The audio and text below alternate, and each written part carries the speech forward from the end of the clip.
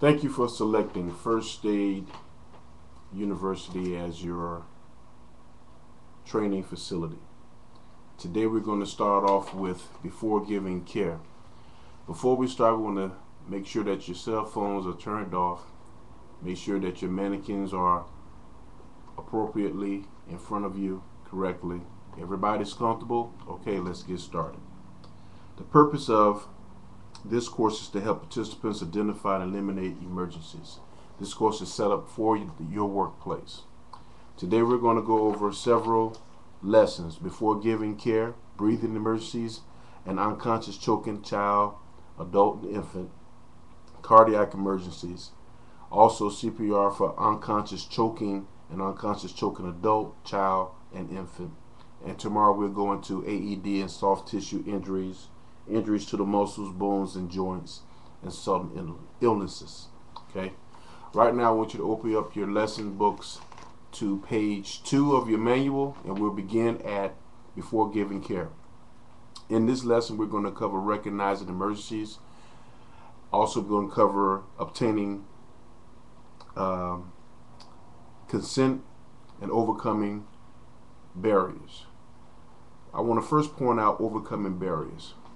Barriers, when we say barriers, what we're referring to are being afraid of giving care because you're unsure of what you're doing, afraid of giving care because there's a crowd of people around you, afraid of giving care simply because you think this person may have a disease or you may be aware of your own situation.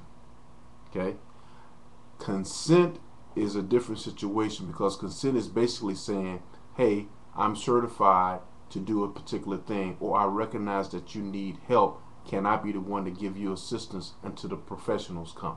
This is what consent is. However, if a person says no, don't help them, don't touch them, you still want to call 911. Now, these are signals of emergency, and we're going to go over these right here.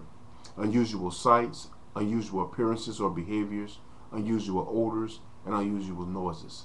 Now, be aware, in spite of all that, injured individuals still deny that they're in a serious, life-threatening situation, especially those who are maybe going through a heart attack or a stroke. Okay, so what you want to do is ask plenty questions. Okay, and then proceed from that particular point. All right, now let's move over to preventing disease and transmission. The main thing with this right here is what you want to understand is turn back to page 1, go to the second paragraph, and it'll say this right here: to help minimize the risk of disease transmission, you should follow some of the basic health precautions and guidelines while participating in this training. What they're basically talking about is barriers between yourself and another person's blood or bodily fluids. Okay, these things are gargles. They could be masks also. They could be face shields also. Of course, you're talking about gloves. Okay, now let's take a break and then we're going to speak on other things later.